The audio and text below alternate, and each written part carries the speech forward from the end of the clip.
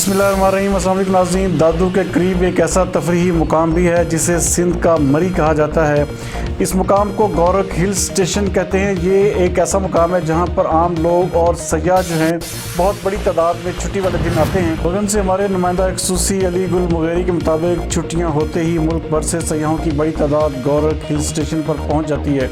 Sunday का मज़ा दुबाला करने के लिए मुल्क भर से सयाह सिंध के ठंडे मुकाम गौरख हिल स्टेशन का रुख करते हैं। गौरख हिल स्टेशन की ऊंचाई 5600 फीट बुलंद है। गौरख सिंध की आवाम के लिए ये एक अनमोल तोहफा है। सयाहों का कहना है कि सिंध हुकूमत अगर इस अनमोल तोहफे गौरख हिल स्टेशन की तरफ तवज्जो दे तो हमें मरी जाने की ज़रूरत ही ना पड़े।